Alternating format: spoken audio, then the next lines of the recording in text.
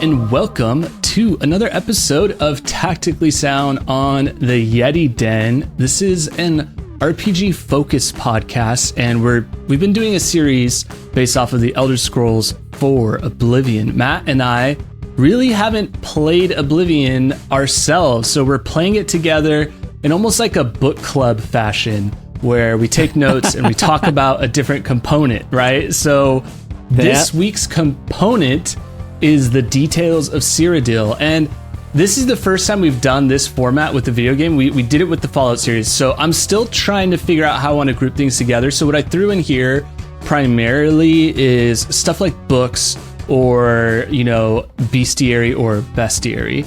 And like enemy variety, the little details that make it the game that it is, and hopefully in the ways that like it enhances our gameplay. When you stop and look around, when you take a little bit more time to investigate something, those qualities that come out that make you say, oh wow, that's a cool detail. That's kind of how I have it grouped.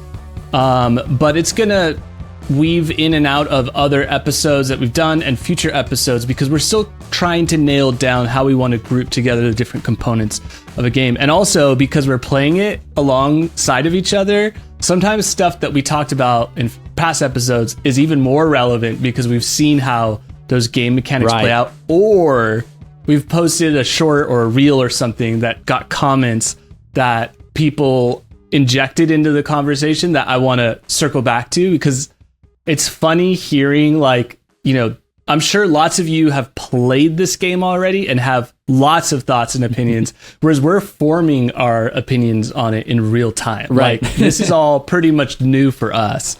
So, Matt, aka JumbyJumbwa, how was life in Cyrodiil this week? It's good, and what's crazy about it is I never thought I would like it, to be honest. Well, like when my friend originally showed it to me when I was back in high school before Skyrim, I thought it looked goofy and weird, and I would rather play other medieval type of games. And I was super into Assassin's Creed at the time. Like, that was where I got my swords RPG fix, action RPG. So finally playing it and exploring the world of Cyrodiil is super fun. It's new and surprisingly beautiful at times.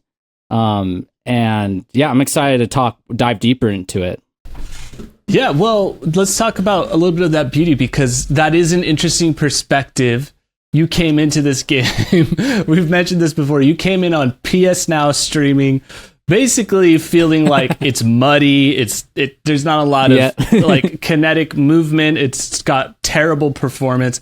And then we upgraded you to the GOG port, which I think is just like the Game of the Year edition. And I'm imagining it's close to what I'm experiencing on Xbox. I know mine has auto HDR enabled, and I think it has an upscaler enabled as well to 4K. But I think we're pretty much seeing the same thing. Like, I've been exporting my gameplay footage for you. Does it look similar to what you've been experiencing? Totally. It looks super similar.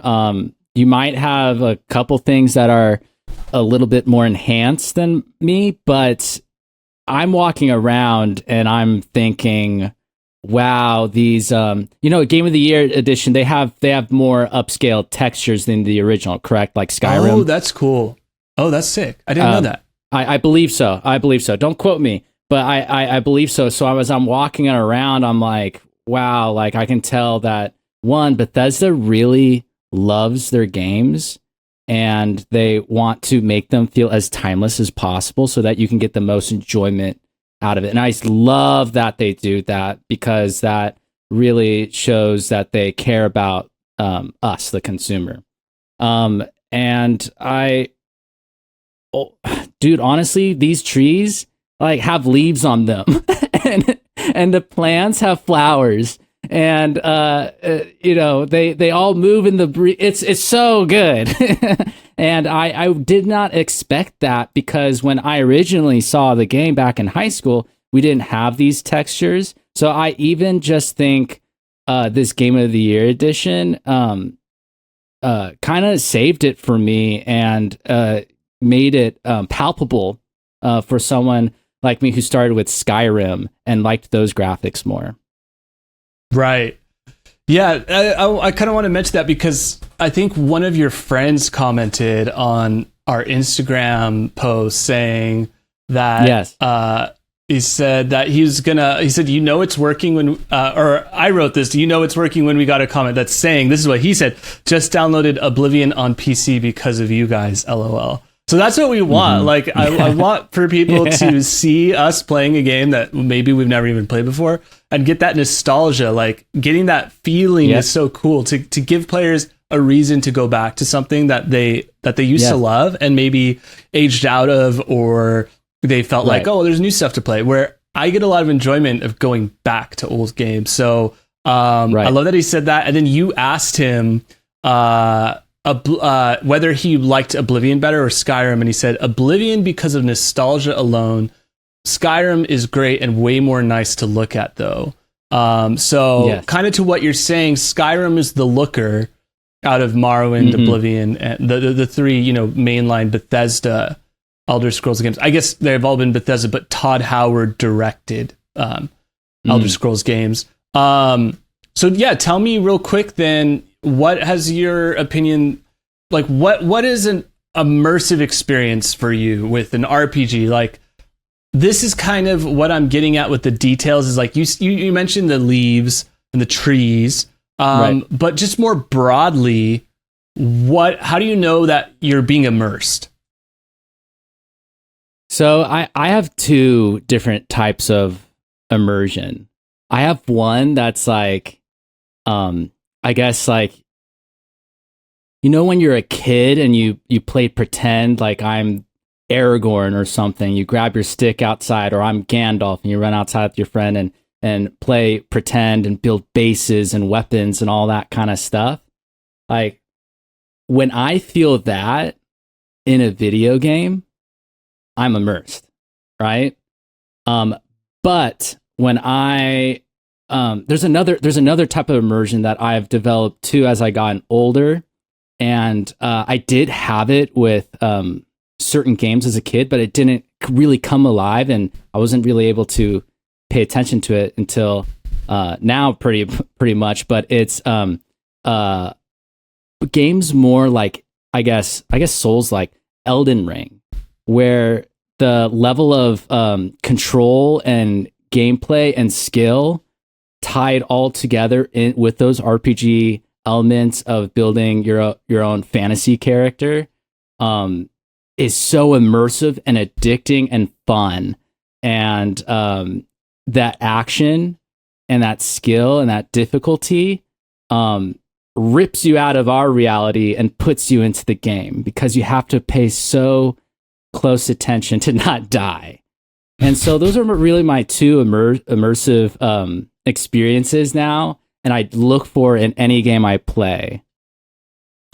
Yeah. So what would you say are then the details? Like, what of a game world, what are those details that you're looking for? If it's almost like you're in someone's house and they just bought it, and you're looking for the craftsmanship. You're looking at the crown molding, at the window panels, at the tile. Like, what is that equivalent for an immersive game?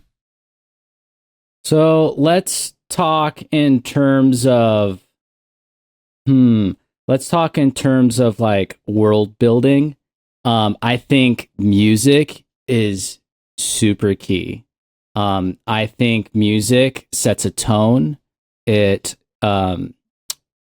also creates feeling and atmosphere. And so I would say music has to be really, really, really good to the point where you would listen to the soundtrack on its own. And I think with these Bethesda titles, that's been proven. People listen to these tracks on their own. It reminds me of like the Lord of the Rings. People, when they think of that movie, they can't help but think of music, right? And so for me, a big level of immersion comes from having high quality music.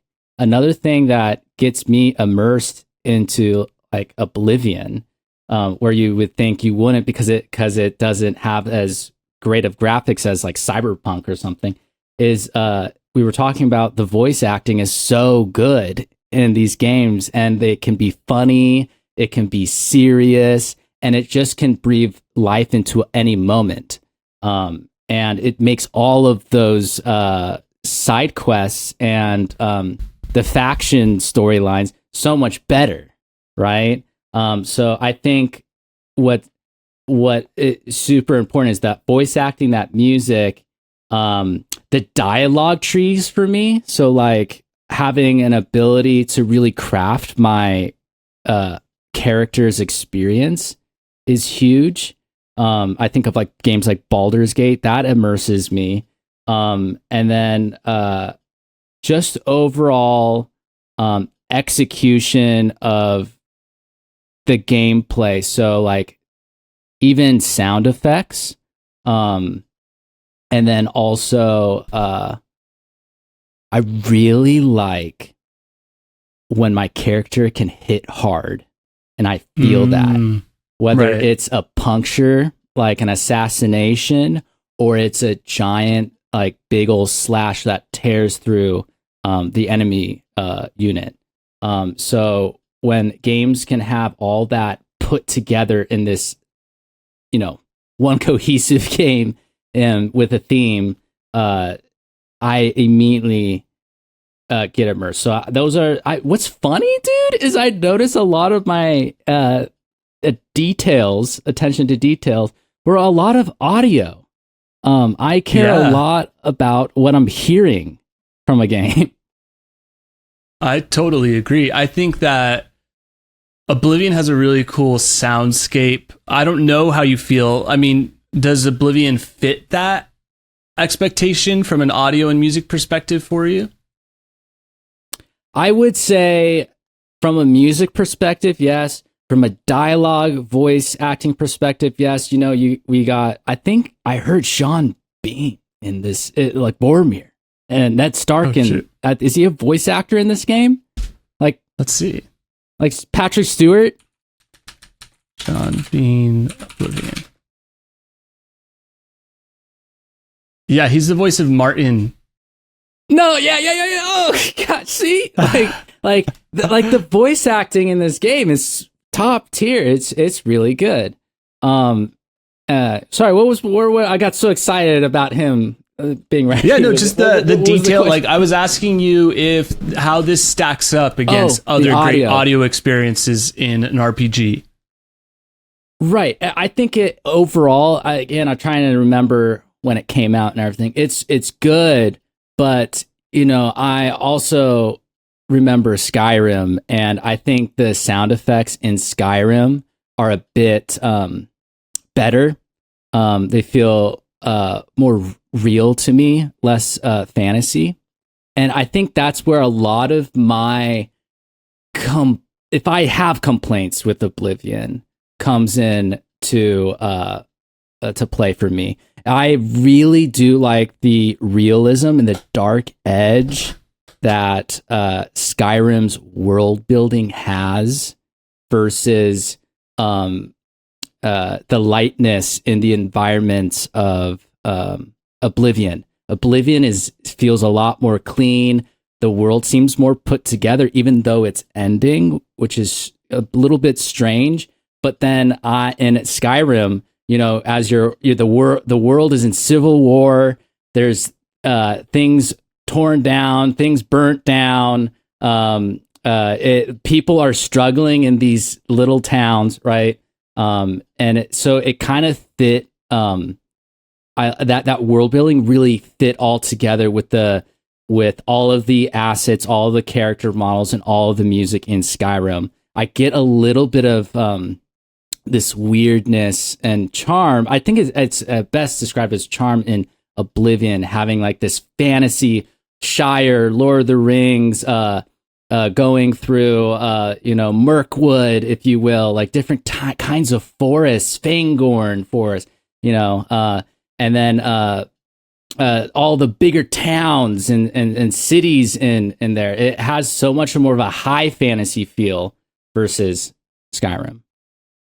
Right. No, I could totally see that. So then what would be a detail then that you've appreciated? It's a detail that stood out just in general?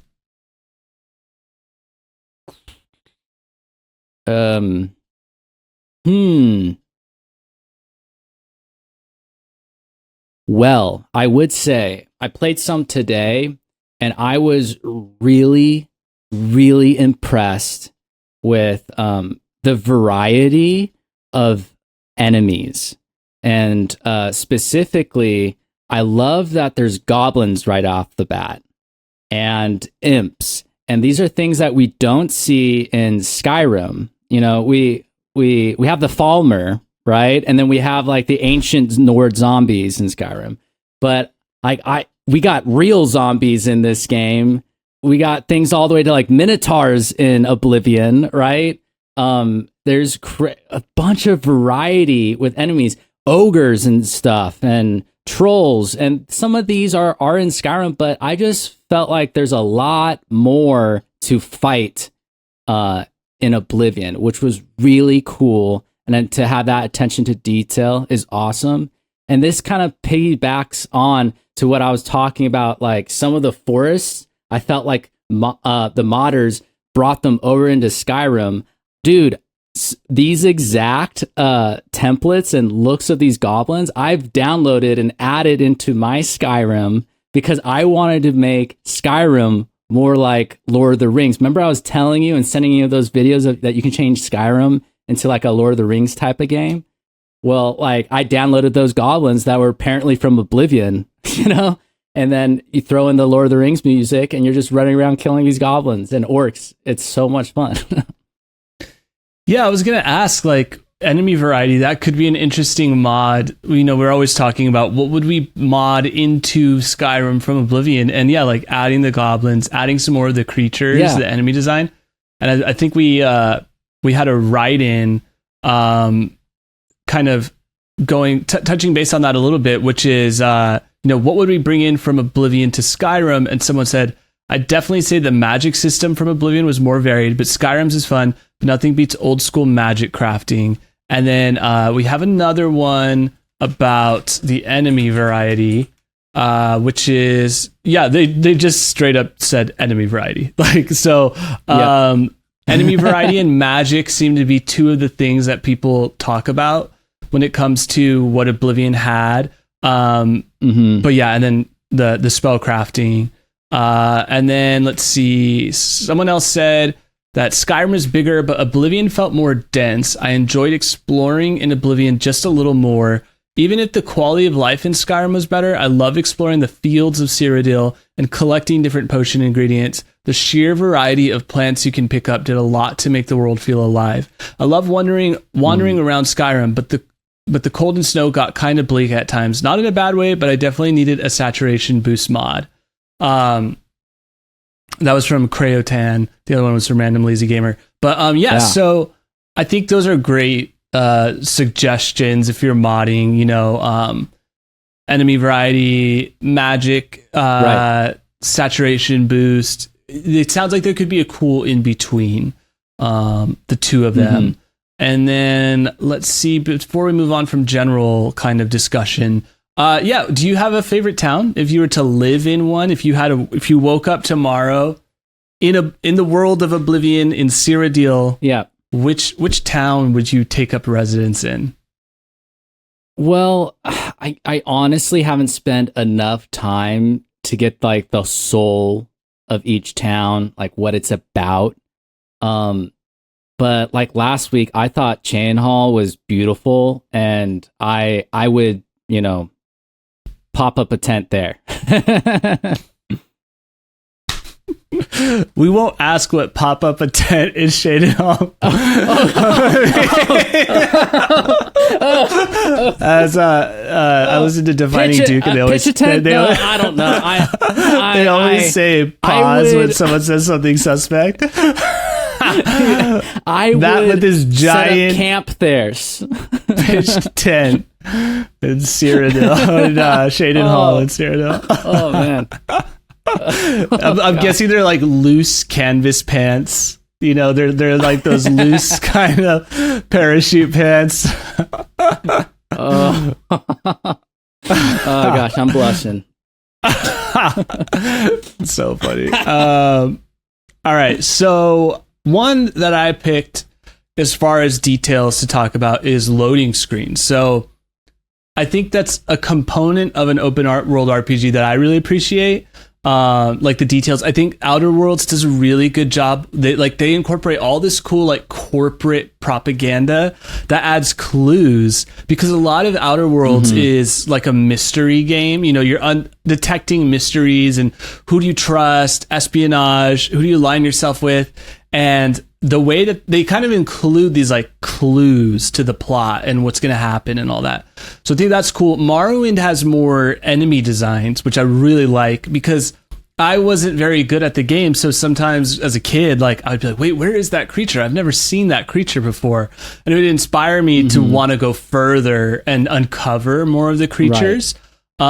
What I really appreciate about Oblivion is I feel like it kind of flexes their deeper lore and their deeper game systems. I think one thing they did really well is incorporating the lore and how it affects your ability to interact with the world. So, for instance, when I got to Shadenhall for the first time, it prompted a loading screen that said, through Nibonese in speech and custom, Bruma and Shadenhall show Nord and Dark Elf influences in their architecture. So one, that's like an art style thing that has a lore background that you could just kind of like gleam from the loading screen. Right. And then College of Restoration, chapel priests and healers sell spells from College of Restoration. From other colleges, they also offer a few select spells that benefit mankind. So kind of teasing you into exploring more and going deeper, which I think is really, really cool. Let's see if I included any other loading screens. Yeah, like maybe I'll save a couple for later, but I kind of intersperse them through. So we'll come back to more loading screens. Okay. And then let's see. Let's go to books. So I want to do more lore deep dives on the channel about the books, because I think it's really interesting. I never really have the bandwidth to play a game and like just sit there and read it, because it's hard to absorb all of it. But like for more dedicated videos, I thought it'd be cool to go through one. And so I went through the biography of Queen Berenzia by Stern Gamboj, Imperial Scribe. And basically what the story told is how the Imperials, and it's told from the Imperial perspective, which one of the original game designers of Arena and Daggerfall was saying that when he was working on Morrowind and Oblivion, because I think he contributed a little bit to Oblivion, he said that he loved the concept of unreliable narrators, meaning you're reading propaganda, kind of in the way that you would with Fallout or the Outer Worlds. Right. They do the same thing, but inside of the fantasy context. So it's like these books, and you have to pay attention to who wrote the book, because you may be being lied to, right? And so in this book that I found in Wayne Priory, it's explaining the story, and it's only volume 1 that I read, but it makes me want to read volume 2. But essentially, she's this girl who's caught up in a war between the imperial province of Cyrodiil and Skyrim. And so I'll pull up just a couple of the notes I took, but essentially there was a desire from Tiber Septim I to reform all of Tamriel in like his image, basically change the culture and install leaders that share his vision for the world. So he basically, before he established an armistice with Mournhold in Morrowind, he had a couple battles, and in one of those battles, they found this little girl who one of his generals, who was a dark elf general, he said, "Hey, this is a dark elf girl. She's a princess. We should take her to back with us and install her with a count who will raise her to become a ruler that we could then reinstall back into Morrowind."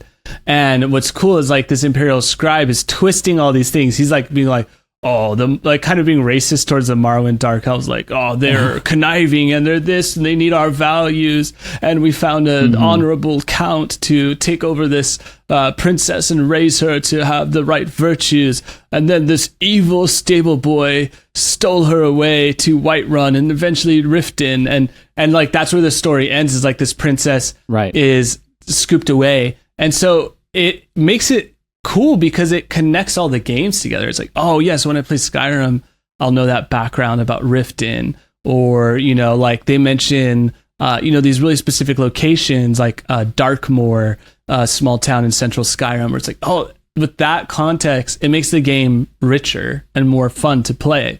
So I think the books are really cool detail. If you have the time to like read some of the lore, it enriches the experience, and it makes you really reminds me of Tolkien, you know, Tolkien world building, where I'm going to just write short story after short story, and from that perspective, then his perspective, then her perspective, right? And give all these different sides of the story, and you know, kind of add more context clues for like what maybe really happened, right? And I think that's what makes the world of Elder Scrolls come alive too, is they take a page out of Tolkien's book with world building. Yeah, totally agree. And then there's other examples I included in our show notes, which is basically finding journals of people, like reading the journals. I really like that game mechanic. It forces me to slow down and like read. And I came across one quest, I believe it was through the Mages Guild, where I had to go to this place called Cloudtop, and I had to decipher someone's notes of someone's notes, basically. Like someone had a book that I gave them. They read the book, translated it for me, and gave me little excerpts, and were like, hey, I think this is what they were talking about. They mentioned something about lightning. They mentioned something about this stone. Maybe put two and two together and you might learn a new spell. And I was like, that's a really cool way, a really detailed way to teach a player a new spell. And it's like, you feel like you're on an important quest. There's intrigue. And that type of quest design to me is so much more rewarding than maybe what people are criticizing Starfield for, which I've experienced myself a little bit, which is like, oh, go to this mine and go find this person and then bring back their, like, just deal with them, and then it'll tell you if you succeeded or not. And it's like, that removes a lot of the intimacy of the game world, and giving that sense of reward when you do something for a quest giver, going back to them, talking to them, still seeing them in the world. I was listening to Lockmore, who's a YouTuber, and he was saying how that's something he misses about Oblivion when he plays Starfield, is that when he plays Starfield, he was like, I noticed that after a quest, I don't get to see that NPC exists in the world still. Like, they're not still my friend. I didn't have that connection. And I think that Oblivion does that connectivity with the quest givers and the NPCs really, really well. So I really like that about them. And yeah, I think they use text in a really cool way. But let's move on to bestiary or bestiary. How do you say it? Growing up, did you think it was bestiary? Always, you know, the first time I really looked at one was in Witcher 3, and I thought they would say bestiary. And I've always called it bestiary, so because they're beasts. But it could be, it's probably, you could say bestiary. Yeah. I go with bestiary, and then I was like, wait, it's probably bestiary. And I guess in Castlevania on Netflix, they say bestiary, and someone who doesn't speak English wrote on Reddit, like, are they saying it in an English accent, or are you actually supposed to say bestiary? And there's a bunch of comments saying, like, I say bestiary. I say, like, basically every American was saying, I say bestiary. And I was like, okay, I think I'm going to stick with bestiary maybe. But we'll see. Now that I know it's bestiary or bestiary... I'm going, every time that word comes up, I'm going to hesitate right before it. I'm going to do a lot. Because you have to choose now. My other word with that is, dude, my other word like bestiary right now is stamina and stamina. It's stamina, but yes. sometimes I want to say Stanima. Oh, I have a bunch of words like that that Mo always makes fun of me for, like the way I pronounce them. Yeah, I totally could relate to that. So I think you kind of answered it. Do you think of Witcher 3 when you think of bestiary or bestiary? Bestiary. Yep. Bestiary. Yep, totally. Because that game, when you play on Death March mode, there's no way you're going to get good unless you actually study the bestiary and know how to properly fight against these monsters. What are their weaknesses? I love that. I think that's a really cool way. Because Oblivion, I don't think really has a bestiary. We haven't found one, right? No, but I did see a comment somewhere on a video that kind of did remind me of Witcher 3, where they were saying, I love the alchemy or whatever, the crafting in this game. So yeah, that reminded me a lot of Witcher 3. I rely on that heavily. So what's your opinion on the wolves? Do you feel like they look a little too sweet and innocent to be? We kind of mentioned this last time, but like I saw some of my gameplay footage from Skyrim, and the wolves look much tougher, meaner. You feel a little less guilty about hacking down a wolf. Yeah. But in here, they look so friend-like. Which is funny because a lot of the enemies in Oblivion look terrifying and scary, but for some reason, these wolves can look derpy. I think, are there two different kinds? Because I just killed one today that literally, sorry, I think I have something in my eye, that had eyeballs like big old thing sticking out like a frog, almost like a chameleon, and it was hilarious, and it almost looked like his eyes were on the front of his head like this. Is that a glitch? You think that was like a bug? A little bit like set like that. Do you think it was a bug? Sorry? Do you think it was a bug? Do you think it was a bug? I don't really think so. I think it was just the animation, and it looked so derpy. So I'm with you. I think there's something strange going on with the wolves in this game. I just don't feel threatened. They're kind of just like an annoying dog, and I'm like, get out of here. Right. But if you could get one as a companion, that would be dope. I don't know if that's a thing. Yeah, that actually would be sick. What about imps? Would you mod imps into Skyrim? They've kind of become a little bit of a callback for us. You know, I describe them as little buff gargoyles, essentially. Do they belong in Skyrim, or do they need to stay in Oblivion? I think, actually, if I were to mod Skyrim again, not only would I throw the goblins in, but I think imps could fit. I really do. They have this darker look. There, you get a lot of the vampire stuff with the Dawn Guard in Skyrim. So and there's gargoyles in Skyrim. So I think the imps could totally fit. Wouldn't you say? Love that. Yeah. I like those little buff dudes. I think they bring a lot of charm, and they have really high pitched voices, which is funny. Also, I didn't realize I'm a short king in Oblivion. I got to be like 4 foot something. Is that just because I chose an elf, or did I just miss the height thing? No. So wood elves, I think, are the shortest race. They're like the hobbits, then. Elder Scrolls universe. Yeah, okay. They're taller than hobbits. They're taller than dwarves, but they are the shortest. Yeah, because I was like looking up at everyone, and I was like, "Geez, this bartender maiden is giant." Like she's giving off Viking vibes. The William Dafoe meme where he's like looking up at this big old thing in front of him. It's like I could be cradled by this woman right now.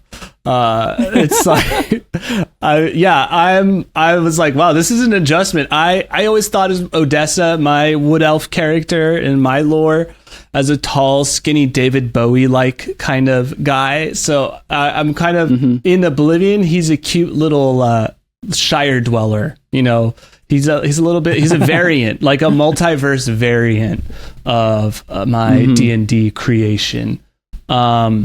He's got that imp the energy. Tallest elvish, yeah. The tallest elvish race. So if you went the opposite, Spencer, I believe would be the yellow guys, the Simpsons. Oh, What The is high that elves. race called? Oh, the high elves. Okay, good to know. The high elves. Dude, in Oblivion, that's one of my things where I walk around and I just see a yellow dude in the distance. I'm like, Simpson? I don't think I've really ran into many of those. Like the high elves? Okay, Yeah. just next time you're on your journey, there's a couple out of like Skingrad, or I believe. Okay. So if you are just like walking by and you see a yellow dude, they're a high elf. They are yellow in Skyrim, but for some reason I never quite noticed how yellow. And I think it's just like the color palette, the look of Oblivion that really makes them pop in this game. Yeah, like I prefer the way orcs look in Morrowind to the way they look in Oblivion. In Oblivion, they're just like that crayon green. It's just like a paint bucket of green. There's not a lot of nuance to it. Right, and I appreciate in the color palette that they have in Skyrim. So take it with a grain of salt, but it's fun. Yeah. Which creature has made you say like, what is that? What is that thing? You know what? Probably at first, because I've looked up a lot of these monsters. I haven't seen them yet in the game, but for me, something that I've come across at first where I was like, oh my gosh, I wasn't expecting that, was like legit zombies in this game. Right. I was expecting more like ancient Nords or ancient, warriors or whatever. But we got the skeletons and now zombies. And so it added a little bit extra of this horror aspect that maybe it reminded me of when I was a kid playing, Legend of Zelda, where they had zombies in that game too. And those things were scary and they would claw on you and start sucking the life out of you with the creepy music. And I thought maybe it's the level I'm at, but these zombies wouldn't go down. Did they heal themselves? I just kept running around trying to kill these guys, and they kept killing me, and I finally had to cheese them. I got into like this little corner in the cave where they couldn't get to me, and they just kept on tacking the opening, and I'm like, all right, take my little sword. And I finally killed them all, but they were actually pretty hard, so I don't know if they heal themselves or something, but they weren't dying at first. It was crazy. For me, so the next question I had was, who is the spongiest? So I think for you, it sounds like the zombies are the spongiest. Yeah. The zombies are the spongiest. Yeah. For me, they're not as difficult. I told you last time, like my strategy with them is like, they have that like, rawr. Yeah. So I just kind of like Dark Souls it. I like memorize the timing and then go in with my sword. Or I do a lot of, you mentioned Witcher and potions. I do a lot of that with damage health. I haven't looked up exactly what the statistic does, but if I'm doing a bow in a cave, I'm always adding damage health to my arrows. And then I'm lighting them on fire with the flames, or I just got a shock spell. So I've been using that a lot. Cool. And then I'll heal a ton. It's hard when you get jumped by a bunch of creatures in the ruins. Yes. That always makes it really difficult. Yes. Yeah. So then, would that also be the creature that's required the most thought in approaching the combat? Well, it actually was good because I was fighting 3 zombies in a cave, and it was hard to get away from them, right? And I would get swarmed, and then I would try to run away, but they know where you are. They're always following and hunting you once they see you. But sorry, remind me of I was getting to the question. What requires the most approach, like the most thoughtful approach? Which creature, when you're facing, are you like, okay, I got to strategize a little bit here? So the zombies kind of really taught me like how to kind of look around and leverage the environment to set yourself better for a next attack. I also got better at blocking and the timing of attack, like block, get in 2 hits, back away, get that block in. And then also, as I was doing that, I leveled up, and you get new melee attacks to help out. So I was trying to experiment with those, which were interesting and a little bit different than some of the perks you get in Skyrim, which was kind of cool. It just basically, the zombies made me overall start thinking about my next encounters with enemies, and that don't just run in like Halo 1, shoot everything, like actually kind of maybe pivot a little bit, is it strafe or strife? Kind of go left and right. That's what I'm talking about. Go left and right, confuse them a little bit, do the zigzag, and then get in there for your attack. So there is some thinking and strategy to the combat. It's not just run up to the enemy and attack. Sometimes that is the best strategy, because you won't lose as much life if you just go in for the attack. But at other times, you're going to be wanting to jump over like the fireballs of some of these enemies, right? Especially in those Oblivion tunnels.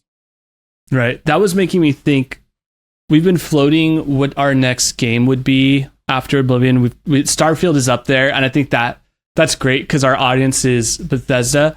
But another one that we got to sneak in at some point, because I've heard that the Switch port is the best port, is I'm thinking of too early, a Dark Souls one on the Switch. I was going to say Demon Souls, but that's before Dark Souls. And Dark Souls is a bridge to, I think it came out in 2011, maybe? Yes, so around the time that Skyrim came out. So down the road, at some point, if you haven't played Dark Souls, I would put that one in the pile maybe to consider for Tactically Sound. Because, we're kind of... I've never played Dark Souls. My only experience with Souls-like games has been a little bit of Bloodborne, lots of Elden Ring, and I don't know if you would include it, but maybe Sekiro. So that's it. I want to try the original Dark Souls. The only thing that worries me, again, about these old games, which is not too much of a problem anymore with Oblivion, because I'm starting to like it a little bit more, is not having that sprint, the faster gameplay, and feeling a little bit too slow, too chunky. That's my only concern, and getting really annoyed at dying and being like, if only I could move a little faster, So, I'm excited to see if that game will grow on me like Oblivion is.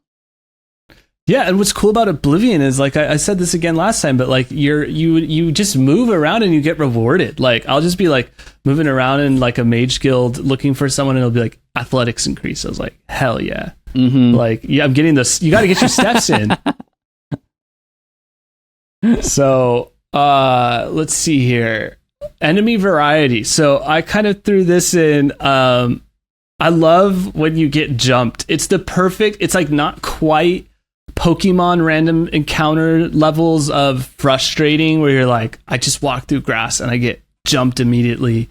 This is fun. I feel like they managed to sporadically place them, but the highwaymen, the marauders, the bandits, they're hilarious. And sometimes they're direct clones of each other, which is funny. It's like, I've seen you before. I swear I've fought you before, which I don't know if that happens in Skyrim as much.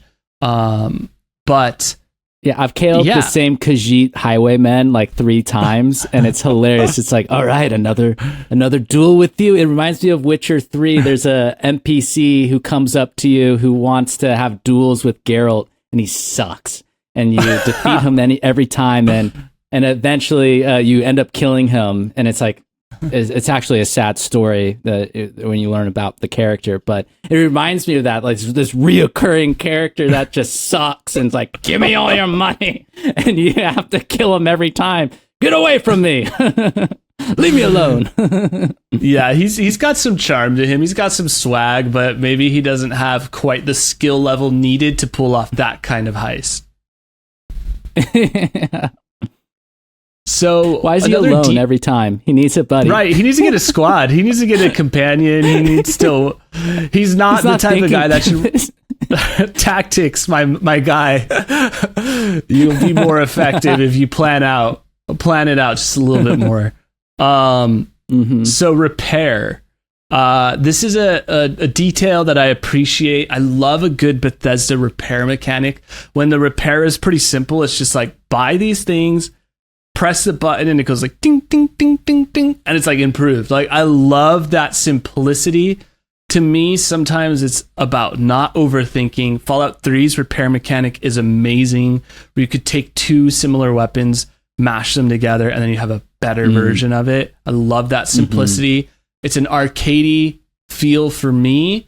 It leads me to go to more blacksmiths because sometimes I don't have the right level to repair an item. I think that's really cool. If you have a magic item, you might need to go to a mage's guild to repair the enchantment. I think that's really cool. I just love how there's a purpose to the mage's guild, to going into a trading post, to going to a blacksmith. I really like that I'm interacting with the whole town.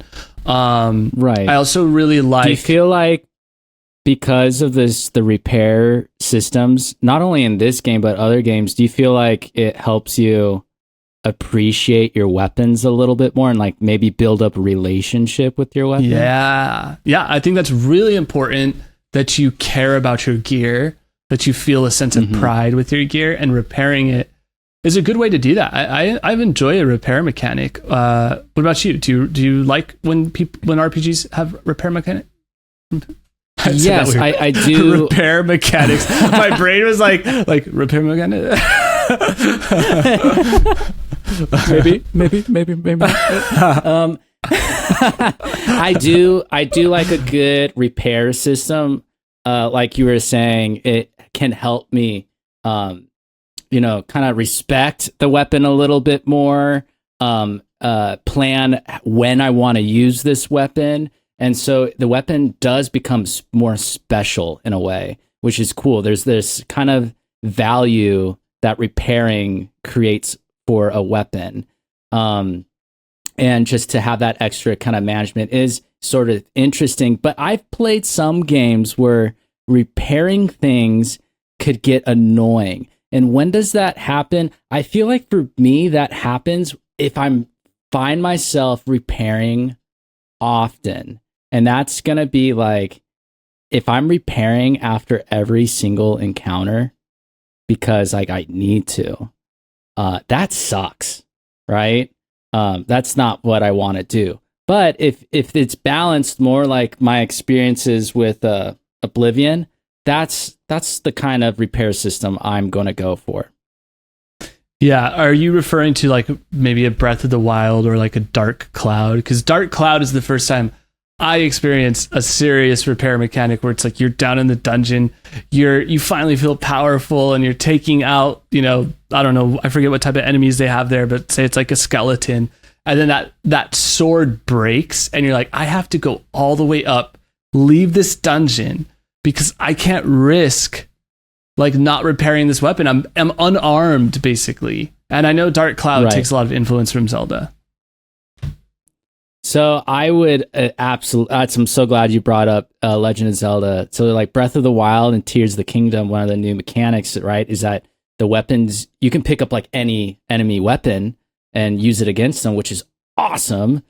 But the lifespan of that weapon is very short, and they break, and so you don't get them back. You're gonna have to go find it again, kill that enemy, take that weapon again. And so it on one side, it kind of promotes a lot of experimentation and fun gameplay, because you're like, all right, these weapons are going to break anyway. Let's just use them, right? But then it also tickles that part of me that goes, I want to hold on to things.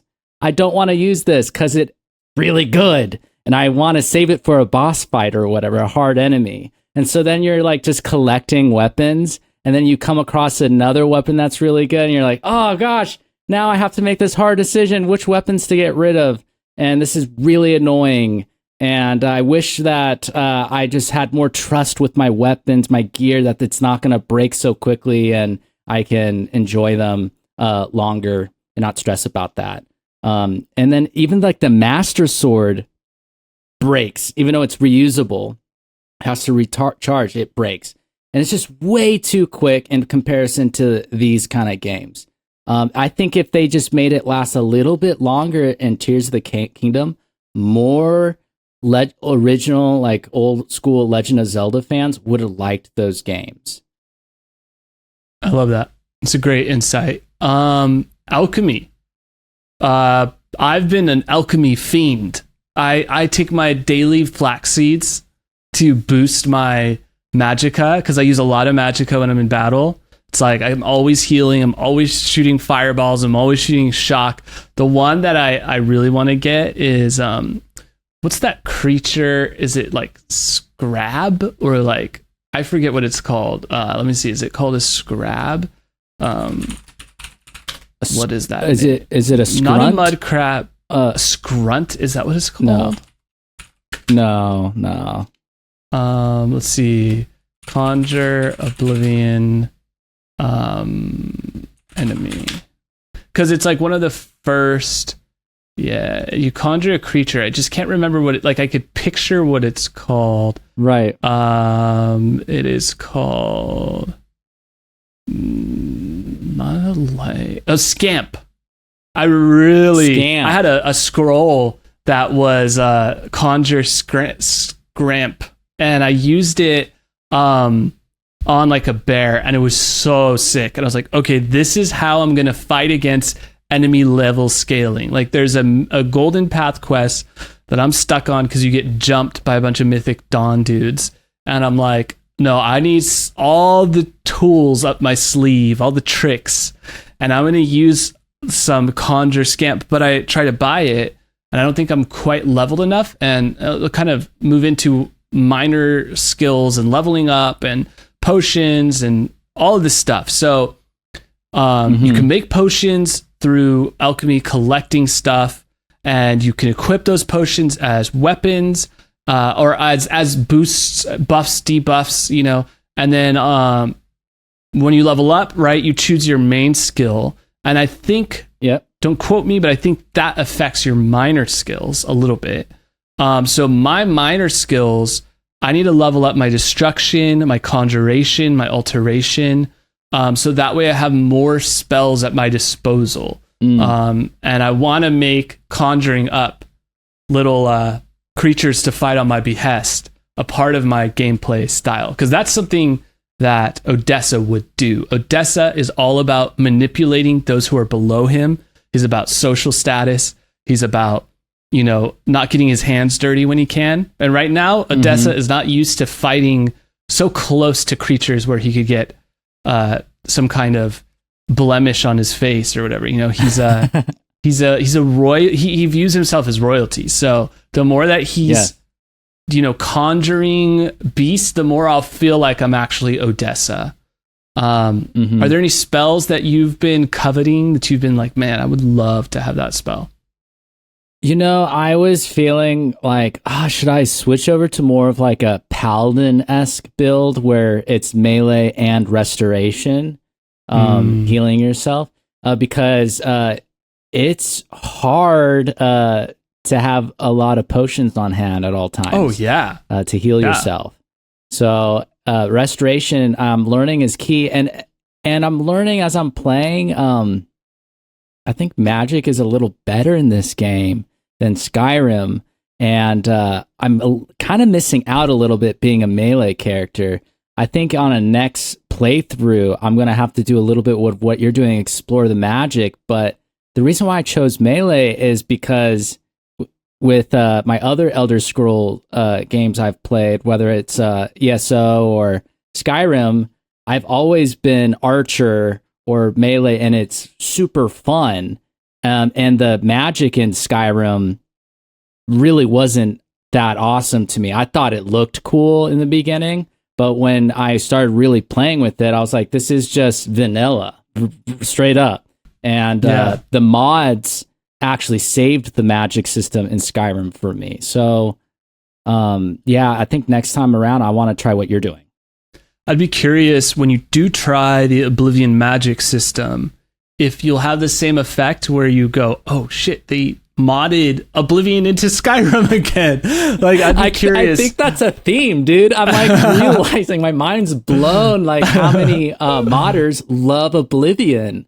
That's cool. I'm having the same thing in music where I listen to a lot of Tool, and then I'm like going back and listening to King Crimson, and I'm like, oh my God, King Crimson and Rush had a huge influence on the band Tool. Same with the band Mars Volta. And it's like, sometimes you don't realize the through lines until you go back. And so it'll be cool to play Oblivion and then finally, because I've played Skyrim multiple times. I probably have 200 to 300 hours in it. But I feel like I play brain dead when I don't have a mission. I just play to play. And I want to go into Skyrim now, understanding the lore and understanding the systems of Oblivion and Morrowind to go, okay, this is what Skyrim does really well, but this is what Skyrim is missing from the previous titles. I think that would be really cool. And then, eventually do a mod, maybe like, we take the mods we want to take to implement a more Oblivion and like, game mechanic system or, the trees or whatever. It'll be cool to see what do we want to inject into Skyrim with the knowledge that we have. Right. Let's talk about, before we wrap up, let's talk about bartering. I think this is a cool detail, is like the haggle system, the way it's presented. I really like it. I use it a lot. I hate feeling like I'm getting ripped off. I'm like, if I could throw on a suit of, armor that gives me better speechcraft, if I could maximize this person's disposition, if I could take a potion to get better rates on gear, because it's like $5,000 to buy a house. So your boy does not have $5,000. I'm like, I got 63 coins. I could buy some arrows. I need a bargain wherever I can get it. And that's why I've invested a lot in my strength, because I'm like, I need to be able to haul back a ton of gear or do like a potion for feather to, get up to 300 weight and then just find a bunch. But it's like the economy is brutal, man. Like, it's hard to make money in Oblivion right now. Like, I don't feel like I'm making a lot of money. I'm like, okay, how do I get 5,000 gold coins? And I'm sure if we Googled it, if we YouTube it, I'm sure there are plenty of ways. But I don't like pretending like I'm as smart as those people. I want to use my own brain to figure out how to do this thing, and maybe if I never figure it out, I'll look it up. But for now, I want to figure out a way to make some money in Oblivion so I could buy a house, so I can buy some expensive spells. So I got to haggle as much as I can. Yeah. The rent is just too damn high in Oblivion. For reals. Stolen items is another cool one you could see. I noticed that like when you steal stuff, it'll tell you that you stole it. And you got to go to, I believe, the Thieves Guild, which I haven't joined. But any closing details you wanted to mention from your gameplay? Well, I didn't get to try the haggle or barter system, but I'm really curious how that. I want to go try that out after this. Really, because I enjoyed the bartering system in Witcher 3 a lot. I thought that was really fun and really cool, and kind of just gave that a little bit more of that insider detail to this world and the characters. And so I'm interested to see how that's going to affect, the economy for me in Oblivion and the sense of it, because they don't really have bartering unless it's a mod in Skyrim, right? I don't remember. Yeah, that's why I'm excited to go back, because I'm like, I want to. It's like kind of like a dream. It's like you don't really remember the dream, but it felt so real when you're in it. That's how I feel about Skyrim now. It's like playing all these games. It's like, wait, does Skyrim? Am I making that up? Like, so that's why I love the comments.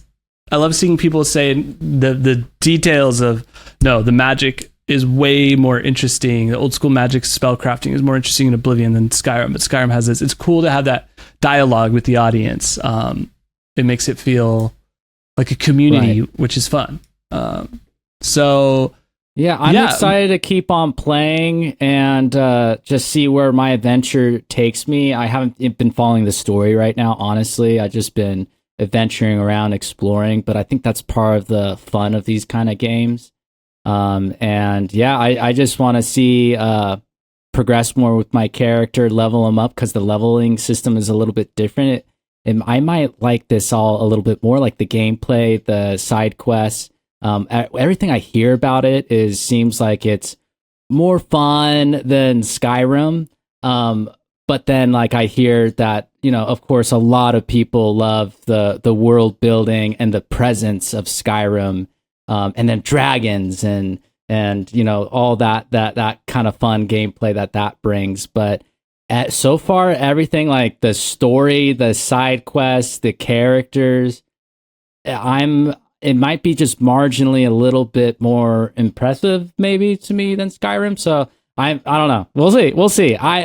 Going into this, I was like, there's no way it's going to be better than Skyrim. But I'm figuring things out right now, guys. Trying to figure things out. Skyrim has no idea when the podcast, this episode goes live. Skyrim's going to be like, Matt, I thought I was your girl. I know. I thought, why are you talking to Oblivion right now? Sad. The way you're talking about Oblivion is just concerning to Skyrim. So I know. I feel wrong saying this, but this is my honest thoughts and opinions, guys. Honest thoughts and opinions.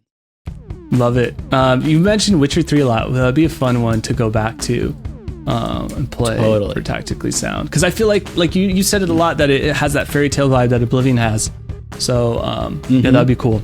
But we'll leave it there for now. Thank you guys for watching and commenting in the shorts. Yes. Checking out our silly moments as we find our way through Oblivion, and Matt slowly falls in love with the beauty of Oblivion and its deep complexities.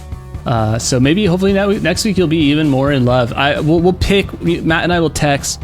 We've kicked around the idea of factions, maybe going deeper into combat. It could be interesting to do one on more detailed in spell crafting. But I'll talk to Matt and find something that lines up with your gameplay, Matt. So we'll revisit that and have another episode for you guys next week. Thank you guys for watching. Matt, where can they subscribe to your channel? You can subscribe to me on YouTube or Instagram at JumbyJumbwa, JumbyJumbwa, JumbyJumbwa. Come have a good time and watch some silly videos. See you there. Love it. You guys are already on the Yetti Den, so just hit subscribe. Don't forget to give us subscribe to Matt, and if you could follow us on Instagram, I'm the Yetti Den. He's JumbyJumbwa. We post our shorts there, and on Reels. Right now, we are Shorts and Reels boys. That's our main hustle right now. That's how we're going to pull in the audience. So we will see you guys next time. Later. Yes. Bye.